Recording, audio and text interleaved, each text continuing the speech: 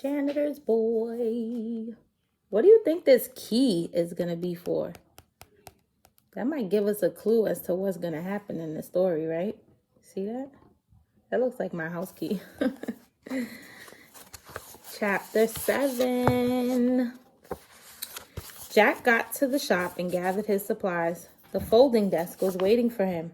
Jack turned the desk upside down on the workshop floor and bent over to take a careful look, poking here and there with his finger. His research had been right on target. Fresh watermelon Bubblicious was very sticky, very disgusting. Jack stood up, clenched his jaw, and gave the desk a swift kick. This was supposed to be his dad's job. Still, Jack was smart enough to appreciate the irony of getting stuck in his own trap, so he heaved a big sigh, turned the underside of the desk towards the light, and went to work. Jack launched his attack with the putty knife. Big mistake. The gum was too fresh. It smeared around, covering more of the surface. It took him 5 minutes to clean the blade of the putty knife, and when he was done, he had to shake his hand until the tool clattered to the floor. Its black plastic handle fouled with crimson. Then Jack crumpled up a paper towel and tried rubbing. The paper ripped to shreds. It added a thick layer of white fiber on the goo, like grass clippings blown into fresh road tar. Finally, he tried to put 2 layers of paper towel around the end of the putty knife. Pushing with the covered end of the blade, he was able to plow up a ridge of gum. Then he could close off the paper towel around the glob and pull it off. The threads created by pulling off wads of gum fell onto the workshop floor. The mess kept spreading to a wider and wider area. Gob after strand after wad, Jack scraped and pulled and rubbed until 20 minutes later, only a massive smear was left. Time for the solvent. Jack read the directions on the can, then poured some off it onto a folded paper towel and started to rub. The gum dissolved as if by magic, staining the paper towel crimson but leaving a clean surface behind. Inch by inch, Jack rubbed and rubbed until the job was done. The desk was no longer sticky, gooey, or smelly, but Jack was another story. There was gum on the front and back of both hands, and bits of paper towel were stuck between his fingers. There were thin strands of gum crisscrossing on his shoes and shoelaces. Both knees of his jeans had crimson spots, and there was a glob the size of a pea stuck on the hair of his right eyebrow. Carefully reading the off-it label again, Jack made sure it was safe to use the solvent on himself. In another few minutes, he had gotten most of the gum off his hands and shoes and pants. The can said to keep the lid away from eyes, so Jack just picked and pulled at the gum on his eyebrow until he got most of it out. It still felt funny, but when he looked at his face in the mirror over the utility sink, he could see only a trace of crimson. Good enough for now. Jack stuffed the sticky paper towels into a trash barrel by the stairs. Then he took the clean desk back to the music room and had to find Lou to have him open the door. On the way back, he stopped at his locker to get his backpack and coat and finally ran back to the workshop to put the equipment away. It was 3:25 and today's hour of gun patrol was officially over.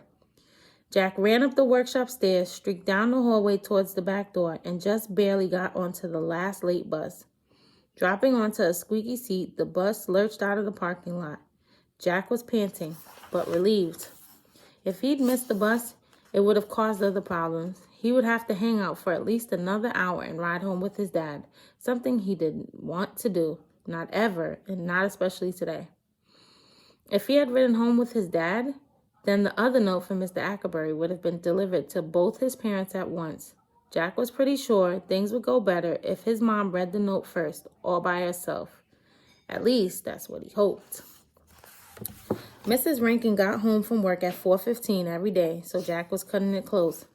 He ran the half block from the bus stop, let himself in, and hung up his coat and backpack in the front closet. He could tell by sniffing that his mom wasn't home yet and dinner hadn't been started. Jack dashed into the living room and struck a quick deal with his little sister. Listen, Lois, don't tell Mom I got home so late today, okay? And don't tell her I forgot to call Miss Gennaro. It's worth $1 if you keep your mouth shut. If Jack missed the bus, he was supposed to call the neighbor so she could keep a lookout for Lois. His sister didn't take her eyes off the TV. She asked, "Is it worth $1.50?" Lois was in 3rd grade. She thought her parents made too big a deal about her life after school. But now and then it was useful to have everyone worry about her. Jack gritted his teeth. Fine, $1.50. He didn't have time to haggle, and he didn't need another issue right now. Not just before a trial. A minute later, the station wagon pulled into the driveway. A door slammed at the garage on the alley, and Mom was at the kitchen door, her huge purse over one arm and a bag of groceries in the other. Jack was down the steps in no time, being helpful. Thanks, Jackie. Put the ice cream in the freezer right away, would you? The milk needs to be put away, too. His mom came up the stairs behind him, laid her coat over a back of a chair, and immediately pulled out a box of macaroni. Put some water on to boil, will you, Jack? Use the deep saucepan. Macaroni and cheese tonight, asked Jack, reaching into the cabinet below the stove for the pan. His mom nodded. Yep. Then she added with a smile. How'd you guess? Jack grinned back. Just a genius. Things were going well. A little helpfulness, a little humor. Jack knew all about timing. In a case like this, timing was everything. Now was the right moment because at the first real pause in the flow, his mom would ask that dreaded question. What happened at school today? He had to tell her before she asked, so it wouldn't look like he had been trying to hold something back.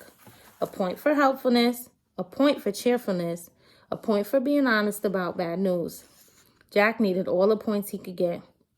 Mrs. Rankin sat down at the table with her recipe, looking for her old baked macaroni and cheese recipe. Jack took notice. Sitting down is good, more relaxed. Jack quickly slipped into the chair next to her and said, Mom, I got in some trouble at school today. I got caught sticking gum to the bottom of a desk. I know it was wrong, and I'm being punished for it. I've got a note for you and Dad from the vice principal. He handed her the note. One clean, smooth action. A brief introduction, a complete confession, a dash of sorrow, and a short explanation. Jack hoped his opening remarks would lessen the impact of Mr. Ackerberry's note. The man had only taken about a minute to write it. How bad could it be? Lois had a built-in radar for drama. The show in the kitchen was a lot better than the one on TV. She crept silently to the doorway behind her mom and peered around the corner at Jack. She made a face and shook her finger at him as if she was saying, naughty, naughty, naughty. Jack glared at her. Lois stayed put, a smug little smile on her face. Do you guys have younger siblings or even older siblings that make faces when you're in trouble and they just stand behind your parents off in the distance and just smile and laugh because you're getting in trouble and they're not? Mrs. Rankin broke the seal on the envelope. It was time for Exhibit A, the note. Jack thought the jury would be sympathetic to his case. He was hoping he would get time off for good behavior. Jack had underestimated Mr. Ackerberry's talents as a writer, and Mrs. Rankin scanned the note with her lips pressed together in a thin line and her eyes narrowed. Not good. Then she read Exhibit A out loud. Dear Mr. and Mrs. Rankin, I am sorry to report that your son Jack did his best to ruin a desk today. In a deliberate act of vandalism, he completely fouled the underside of a folding desk during his music class. You know what deliberate means? It's when you do something on purpose, like you meant to do it. The quantity of bubblegum he applied can only be described as enormous. His action required forethought and planning. It seems like an angry gesture to me. Yet when I asked him why he did it, he did not answer me. I will alert our counseling staff to this incident. In the meantime, Jack will be required to stay after school 1 hour each day for the next 3 weeks. He will be helping our custodial staff clean gum off of furniture throughout the school. Please call if you wish to discuss this further. Sincerely, Mr. Ron Ackberry, Vice Principal, Huntington Middle School. Helen Rankin did not explode. It took some doing, but she was too smart to get angry. Not about this. Anger would be the wrong response. Helen wasn't angry because she knew something that Mr. Ackerberry didn't. At least not yet. She knew that the custodial staff was headed up by Jack's dad, John Rankin. She also knew her son. She knew this stunt was not about destroying property. She knew Jack hadn't just done this for the kicks. There was something else going on. Helen Rankin had seen this coming, and here it was. Jack was trying to get some clues from his mom's face after she'd read the note out loud. It was a tough call. Angry? Not quite. Sad? Yes, there was some sadness, but there was a whole bunch of other stuff going on that Jack couldn't pin down. He couldn't tell what was going to happen. Hello, Rankin spoke quietly. Helen Rankin spoke quietly, and she said, Jack, I'm going to have to talk to your dad about this. You should go to your room and do your homework until I call you for dinner. Lois vanished from the doorway. Jack said, Okay, Mom. He pushed his chair back from the table, stood up, and walked out to the front closet to get his backpack. It was the old go wait in your room situation. No decision. A hung jury. Then he headed up the stairs. As Jack passed Lois's room, she opened the door 6 inches, smiled sweetly, and stuck out her hand. Jack thought, here I am, waiting on death row, and she wants her stinking $1.50. But there was something on Lois's palm. She batted her eyelashes, nodded down at her hand, and whispered, Hey, Jack, want a piece of gum? Lois got the door shut and locked just in time. Jack put his face next to the door and hissed, You're dead meat, funny girl. Lois giggled and said, I think I shall need $2. Yes, $2 will be enough for now, but no coins. Nice, crisp bills, please. Jack kicked the bottom of her door and went down the hallway to his cell. Let's see how long chapter 9 is. It's a little long. We'll read maybe like the first 2 pages of it, okay? Chapter 9, Boy Territory. Jack's mom had known her husband since they went to Huntington High School together. Helen Parkerman had first met John Rankin when he was in 11th grade and she was in 9th. She had watched him catching touchdown passes for the Huntington Heralds during Friday night football games. She had seen him at dances with his girlfriend, a cheerleader. She had seen him washing cars on Saturdays at his dad's used car lot.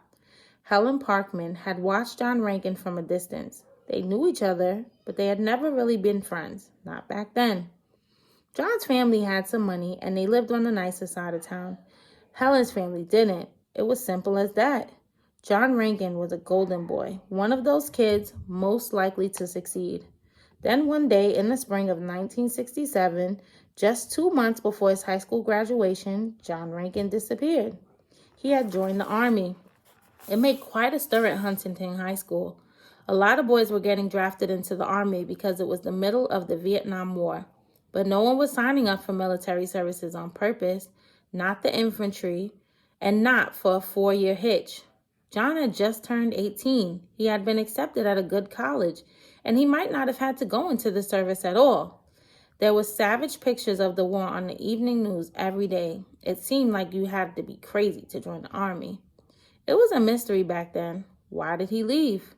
When had he come back? How did he end up as a janitor at the high school? Now Helen Rankin knew all the hows, whens, and whys. Now she understood, and it all made perfect sense in the flow of her husband's life in the long view. But how could she help an 11-year-old understand all that? How could she help her husband not to feel hurt to learn that Jack was embarrassed, ashamed to have his classmates know his father was the school janitor? Helen Rankin was a strong person. She had taken courses at the local junior college, and now she worked as a paralegal secretary for the town government. She had the respect of her co-workers and her boss. She took good care of her kids, and she and her husband made a good home for their family. The only thing that made Helen feel helpless was this, being caught between her husband and her son. She had a name for that feeling. Helen Rankin was lost in boys' territory. So, what did you guys think of this part? It wasn't much action aside from Jack telling his mom about the letter and letting her read it. But we didn't see much suspense and like climax where something was building up to a really dramatic thing happening. It was more like level, you know? So my question today is, was there ever a time that, and this could go back to yesterday's question, when you did something and you felt really bad about what you did. Was there ever a time that you did something wrong and your parents didn't react the way you thought that they would? Like maybe you thought they were going to scream or ground you or punish you, but instead they were really nice. Or maybe you thought what you did wasn't so bad, but they saw it as like a really big deal and they punished you and grounded you when you just thought, hey, I was just doing something minor. Has there ever been a time like that for you guys? Let me know. And I look forward to our next meeting when we finish chapter 9 and read 10 and maybe 11, okay? See you later, guys.